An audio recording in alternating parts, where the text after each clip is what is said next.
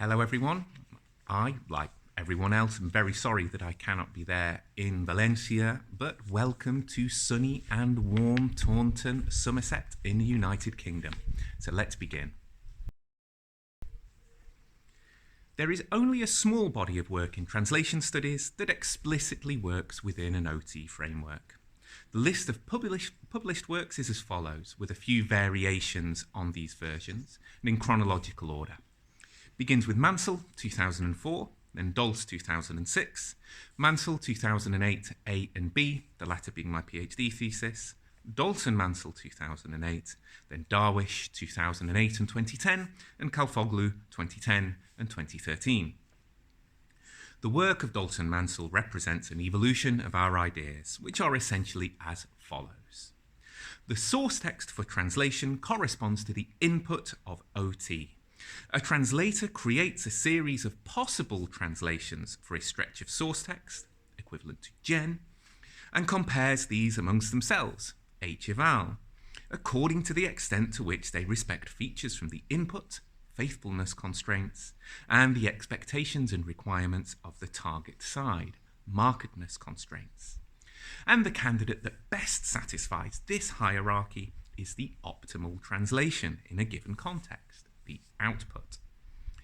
Importantly, this hierarchy of constraints can vary in different contexts, giving multiple possible translations of a single source text. After this common base, there are, or possibly were, given the passage of time, some significant differences in the way that Colau and I believe research into OT in translation should be carried out. Dolce's work believes that OT analyses should concentrate on identifying individual errors, quantifying these, and then deducing hierarchies of constraints. Yet if the methodology is to be applied by identifying all errors and summing the total of these together to then create a hierarchy, the nature of an error must be specified for each constraint. What constitutes an error must be identified, as well as where the boundaries of an error lie, so that over the length of the text, the number of errors can be correctly identified. If not, the application is arbitrary. This follows on from a significant issue of how to measure quantities in translation, how to judge the degree of severity of an error, and thus how to use OT in a cognitive framework. Darwish's work claims to work within an OT framework, although this is at a fairly vague level, and he does not deal with OT principles beyond the concept of competing constraints. In Darwish 2010, there are only 5 mentions of optimality, and only then in a general sense. And by way of an example, there is no reference to the canonical Prince and Smolensky 1993/2002 in either text. Kalfoglu 2010 makes no reference to any preceding work in OT in translation, and yet begins from a startlingly similar point to Mansell 2004 and Dolce 2006, considering translation, and specifically the translation of poetry, as an activity characterized by the resolution of conflicting constraints. Yet her work is beset by the same problems as Dolce 2006. She considers the line of poetry to be the single unit of analysis, without considering that this only corresponds to certain elements of metrics, and in no exclusive way to semantics and syntax. In 2013, she uses a framework that draws on the spirit of optimality theory and applies it to translator training. In this, she uses 3 constraints: faithfulness, acceptability, and consistency, the latter defined as the need to observe patterns wherever this is relevant, or applying a constraint consistently. Although explicit references to OT in translation studies are few and far between, concepts central to OT have long been considered vital in translation studies too. In 2004, I highlighted the similarity between OT and Pym's theory of translational competence, where competence is the ability to generate a series of more than one viable term for a transferred text, and the ability to select one translation from this series, quickly and with justified ethical confidence, and to propose this translation to a particular reader as standing for the original. This is not the only macro-level account of the translation process where OT principles can be perceived. Chesterman draws on Pym and Karl Popper to offer his own approach to the cognitive translation process, represented diagrammatically. In this process, all knowledge acquisition begins with a problem, P1. To overcome this, the subject creates a tentative theory, TT, a trial solution which is unlikely to be perfect. This tentative theory is submitted to a process of error elimination, EE, the result of which is a new problem, P2, and the process continues. Chesterman's approach to translation stipulates that the source text is the initial problem, for which the translator creates a series of tentative target texts. These are submitted to error elimination or evaluation, and the result is the optimal target text. Both of these approaches, Pym and Chesterman, show clear parallels to the basic functions and processes of OT, input, gen, heval, output, with the addition of a gen heval loop in Chesterman's approach. Analogies with OT hark further back. In 1967, Levy talked of a hierarchy of importances in translation and drew on game theory to explain translators' decision-making processes. Hauser, too, considers that the translator must set up a hierarchy of demands on equivalence which he wants to follow. And Gutt uses the concept of hierarchies in his own application of relevance theory to translation. Elsewhere, we see the key problematic of translation set forth by Frawley. A translation is the rendering of the information of the matrix code into the parameters of the target code. The target code binds the information. It gives the constraints for well-formed structures within that code. In no way does it give the exact correlated elements for the translation. Thus, in an interlingual translation, for example, the matrix code provides the phonological information, the morphological information, the syntactic information, and so on, to be bound to different semiotic constraints. Hence, the notion of identity is actually antithetical to the notion of translation. There is no meaningful does not equal semantic, information except that it is coded, and the very fact of differential coding militates against exact translation. Thus, an interlingual translation is nothing at all like taking the semantic essence of a text and maintaining that semantic essence in another language. This corresponds strongly to our own approach here and reflects that the well-formedness of a translation is determined by markedness constraints and is independent of source features. Source features that can be represented in a target text go beyond just semantic information. They include phonological, morphological, and syntactical information, and any other feature that is deemed important. The extent to which source features can be represented is limited by markedness constraints. As such, any notion of exact translation is antithetical to the notion of translation itself. It is worth mentioning that none of the considerations so far attempts to subsume translation studies under linguistics, nor does it attempt to account for translation as a solely linguistic event. Indeed, in the first 2 decades of the new millennium, translation studies has increasingly focused more on both the human creativity of translators and the social aspects of the translation process, the so-called creative and sociological turns of translation studies. My own research over the past decade has focused much more on networks of stakeholders in translation communities to examine how these networks feed into decisions, rather than on textual comparison. And to quote Lawrence Venuti at the 2017 annual Catalan lecture at Queen Mary University of London, comparing source and target texts is anal and misrepresents everything that we do.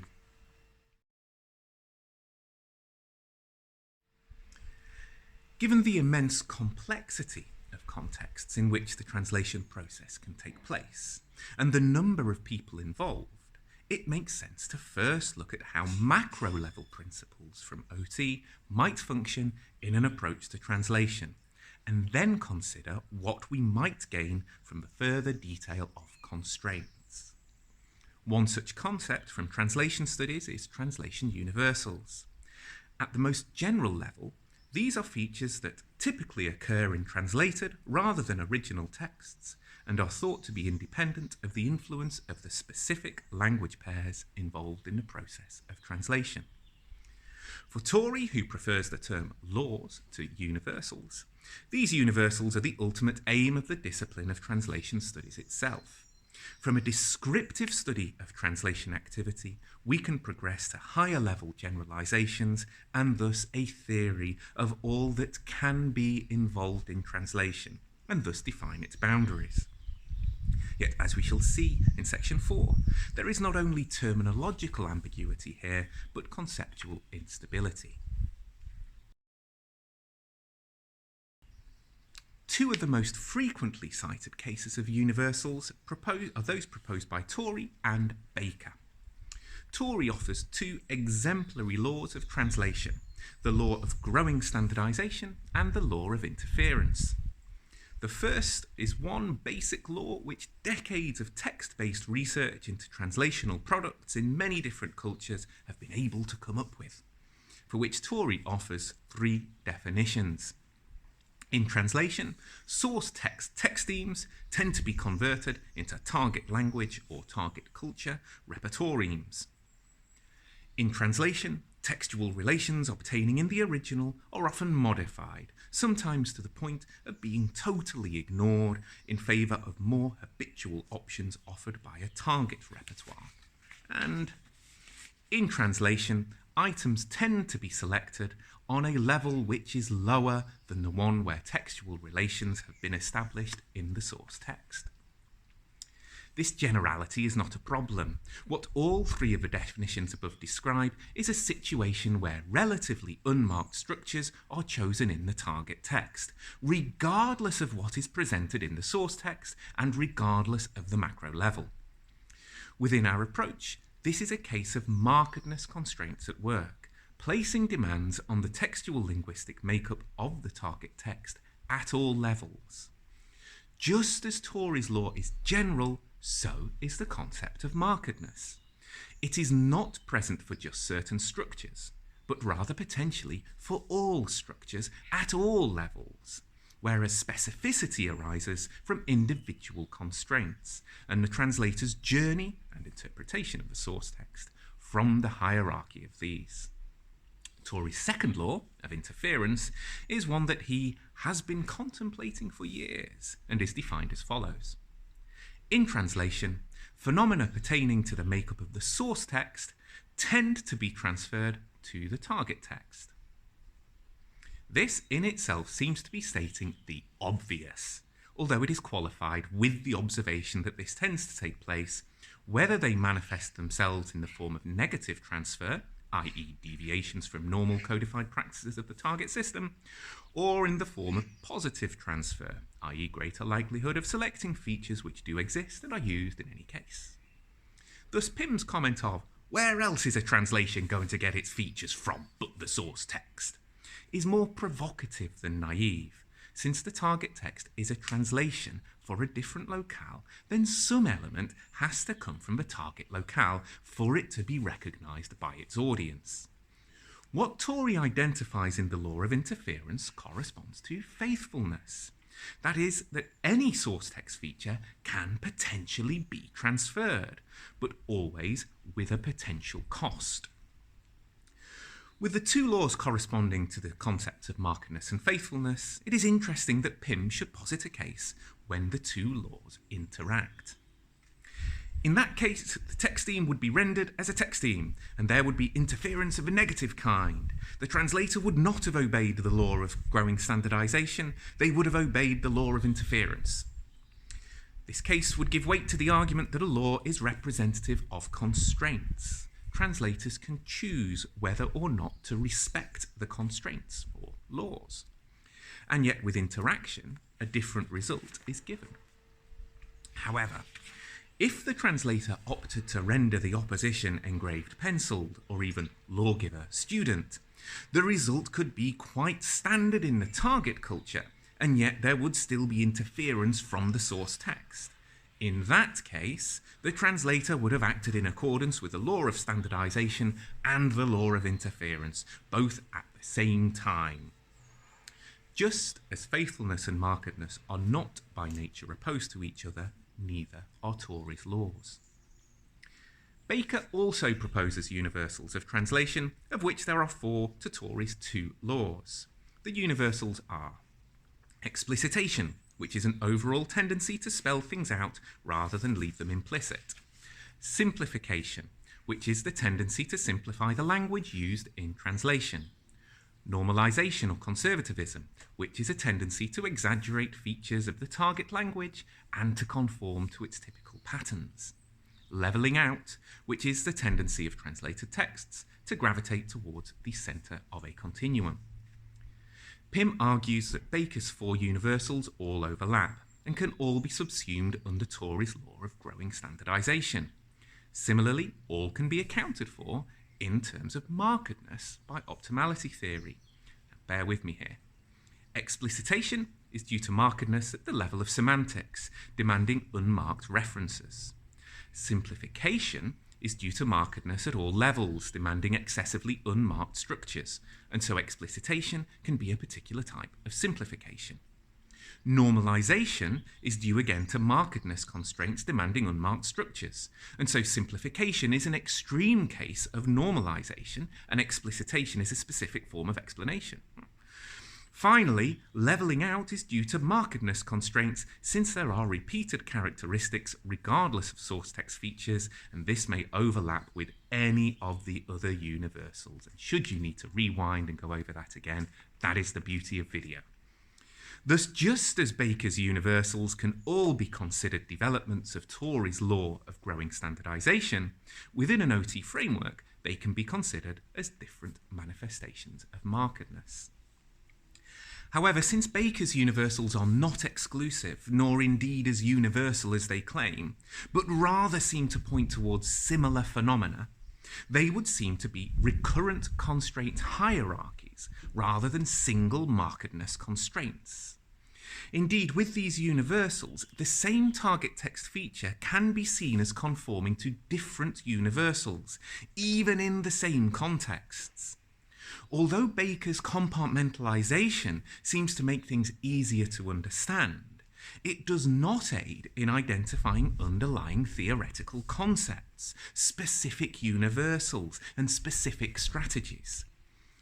Pym comments that whereas Baker uses sentence length to indicate conformance to universals, Tory does not discuss sentence length, hopefully because it is the result of too many different causes.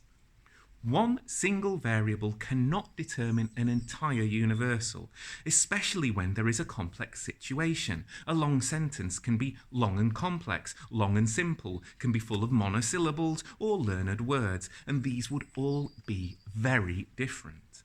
And so reducing matters to a single variable ultimately sheds no light on universality itself.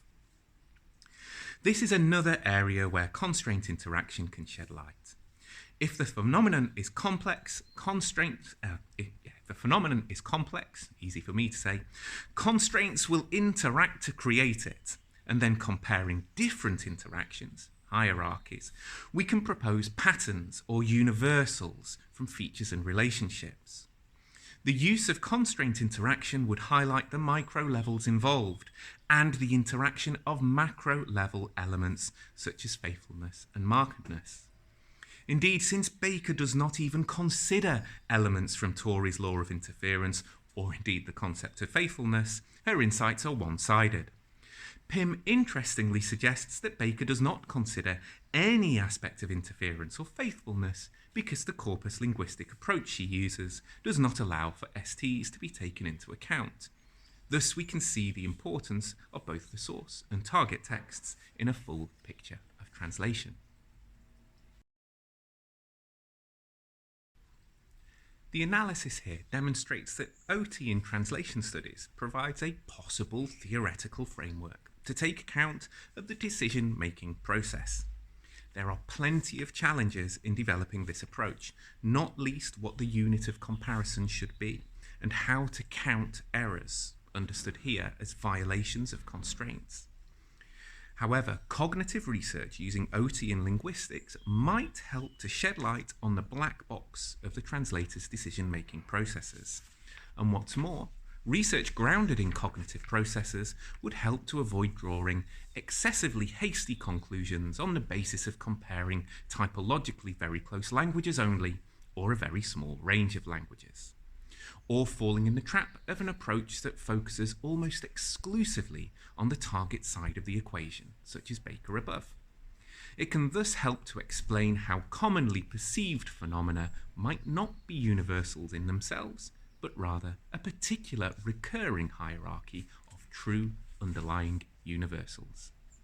Thanks for listening, everyone. Bye-bye.